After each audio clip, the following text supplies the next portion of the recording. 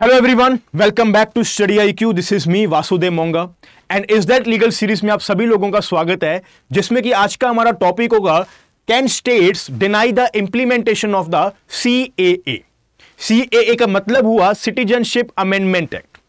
2024 में इसको इंप्लीमेंट किया गया, एक ऐसा कानून जो 2019 में देश में बनाया गया था। अभी रिसेंटली इसको इंप्लीमेंट किया गया तो काफी सारी स्टेट्स में इसको लेके एक प्रोटेस्ट चल रहा है और प्रोटेस्ट में काफी सारी स्टेट्स ये बोल रहे हैं कि पार्लियामेंट के द्वारा पास किया गया कानून, इंप्लीमेंट में लाने वाला ये कानून हम लोग अपनी स्टेट्स में इसको लागू नहीं करेंगे। और यही आज हमारा टॉपिक रहेगा कि अगर एक कानून पार्लियामेंट ने बनाया ऑन द सिटीजनशिप, क्या उसको डिनाई कर सकती है इंप्लीमेंट करने के लिए हमारी जो स्टेट असेंबलीज है, क्या उसको ये डिनाई कर सकती है कि नहीं कर सकती। तो सी आगे बढ़ने से पहले मैं आप सभी लोगों को बता दूं, स्टडी आईक्यू की तरफ से आप सभी लोगों के लिए होली के त्योहार पे आप सभी लोगों के लिए कि यहां पे प्रस्ताव है कि आपको स्टडी आईक्यू के जितने भी कोर्सेज हैं सभी के ऊपर एक मेगा डिस्काउंट देखने को मिल रहा है। और स्टडी आईक्यू जुडिशरी का कोर्स जो कि आपको डेली लाइफ में 25,000 तक मिलता है, वो at this point of time आपको 22,000 यानी कि 21,999 में अवेलेबल हो रहा है। एक जुडिशरी का बैच जो कि आपको एक एक चीज करवाएगा, जिस बैच में आपको प्रीलिम्स, मेंस, इंटरव्यू सारी की सारी तैयारी करवाई जाती है। इस बैच को बाय करने के लिए आपको होली के टाइम पे ये पूरी की पूरी सेल मिल रही है और ये सेल आपकी वैलिड है 26 मार्च तक, यानी कि 26 मार्च को रात के 12 बजे तक आपकी ये सेल वैलिड है। और अगर आप ये कोड यूज करते हो DEV देव, इसी कोड को यूज करने से आपको मैक्सिमम डिस्काउंट मिलेगा, प्लस मेरी पर्सनल गाइडेंस भी मिलेगी, तो आप इस बैच में एनरोल कर सकते हो। Let me tell you again, अगर आप लोग देखना चाहते हो तो स्टडी आईक्यू जुडिशरी का जो लाइव फाउंडेशन बैच नया शुरू हो रहा है, बैच नंबर 8, वो शुरू हो रहा है 27 ऑफ मार्च को। 27 मार्च को बैच शुरू हो रहा है और होली सेल प्राइस आपको इसी बैच में एनरोल करने के लिए यहां पे 21,999 में ये कोर्स आपको मिल रहा है। और ये सेल आपकी वैलिड है 26 मार्च तक, यानी कि आपके पास अभी आजकल का दिन ही है कि आप इसमें एनरोल कर लो 26 मार्च से पहले पहले, और ये डिस्काउंट कोड यूज कर लो DEV देव। इसी कोड को यूज करके आपको एनरोल करना है देव को, जिसको साथ आपको मैक्सिमम डिस्काउंट तो मिलेगा ही मिलेगा, प्लस मेरी मेंटोरशिप भी मिलेगी कि आपको किस तरह से आपके सेशंस, आपकी तैयारी किस तरह से आगे अपनी स्ट्रेटेजाइज करनी है। तो I will see you people in the live classes as well again. And now let us begin with the topic. Basically citizenship amendment act में बोला क्या गया है, इसको छोटे से तरीके से समझते हैं कि CAA 2019 हमें कहता क्या है। सो सी, इस लॉ के द्वारा ना हमें यह बताया गया है कि वो सारी माइनॉरिटी कम्युनिटीज जो कि पाकिस्तान, बांग्लादेश और अफगानिस्तान में थी, माइनॉरिटी कम्युनिटीज जो कि पाकिस्तान, बांग्लादेश और अफगानिस्तान में थी, जिन्होंने इंडिया में ट्रेवल कर लिया बिफोर 2014 31 ऑफ दिसंबर, यानी कि 31 दिसंबर 2014 से पहले पहले अगर एक माइनॉरिटी कम्युनिटी पाकिस्तान, बांग्लादेश और अफगानिस्तान से इंडिया में ट्रेवल करती है एनी हाउ, चाहे वो इलीगली ट्रेवल कर रहे, चाहे वो लीगली ट्रेवल करें, तो चाहे वो किसी तीर्थ यात्रा पे ही आए हो, बट यहां पे कौन सी कम्युनिटीज की बात की गई है, ये इंपॉर्टेंट हो जाता है जानना। तो see, in the Pakistan, Bangladesh and the Afghanistan, जहां पे जो मेजॉरिटी कंट्री वहां पे मुस्लिम पॉपुलेशन है, वहीं पे Hindus, Buddhist, Jains, Sikhs, Christians and the Parsi community, ये एक माइनॉरिटी कम्युनिटी है।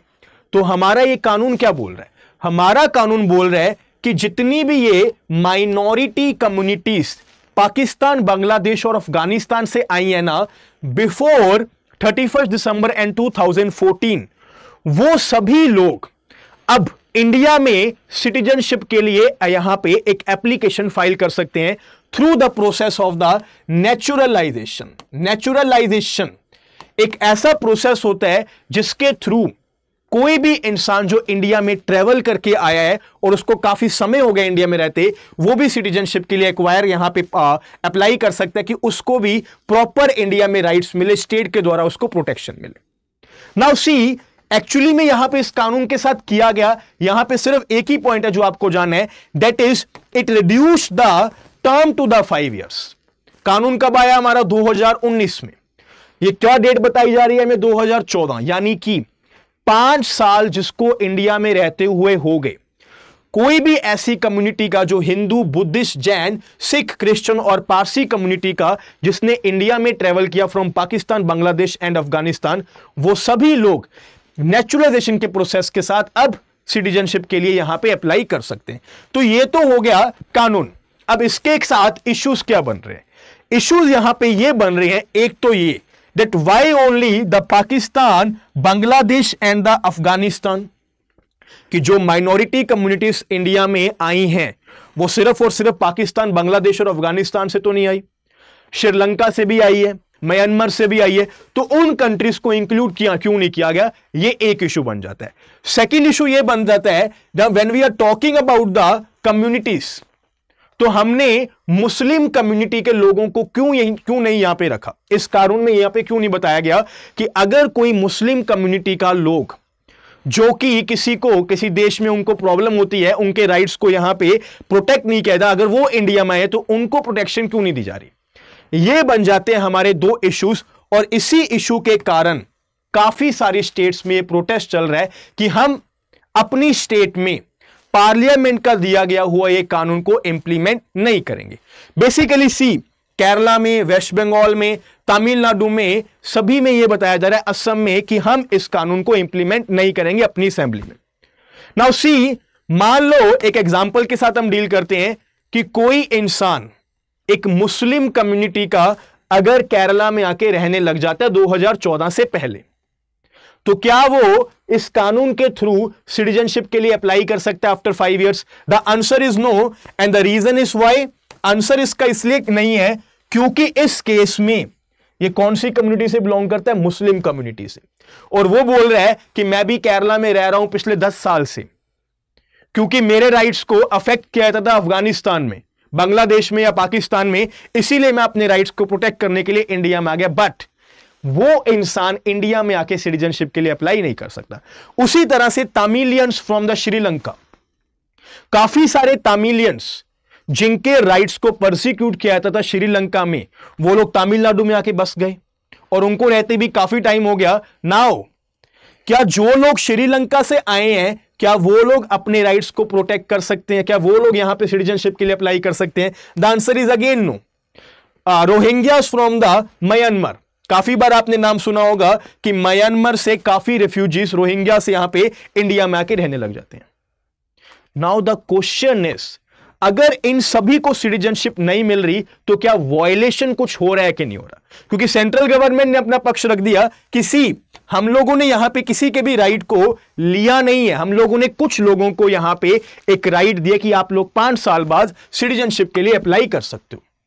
अब पॉलिटिकल मुद्दों से दूर हटके हम लोगों पे जाना है on our Indian constitution. Constitutional perspective हमारा क्या कहता है?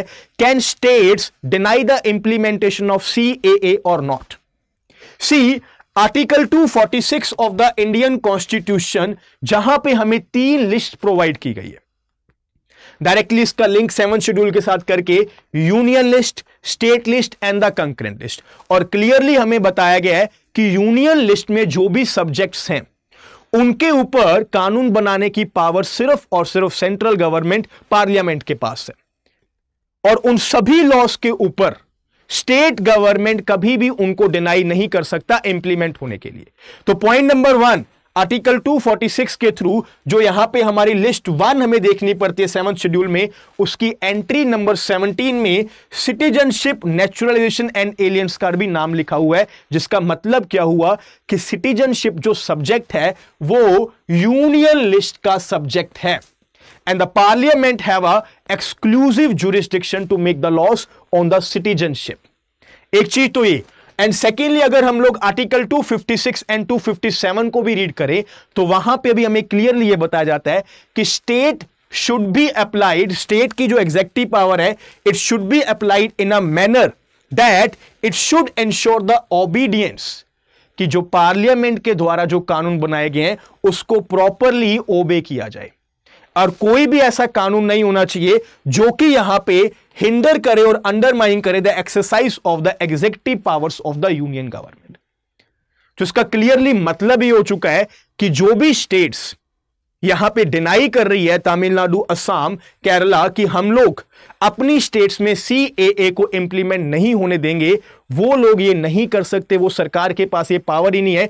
एंड इन केस जो ये रेजोल्यूशंस उन्होंने पास किए हैं, जो कर रहे हैं, that is completely against the constitutional spirit, because हमारे कॉन्स्टिट्यूशन में क्लियरली लिखा हुआ है कि सिटीजनशिप जो सब्जेक्ट है वो पूरा का पूरा पार्लियामेंट के पास है, पार्लियामेंट ही उसके ऊपर कानून बना सकती है।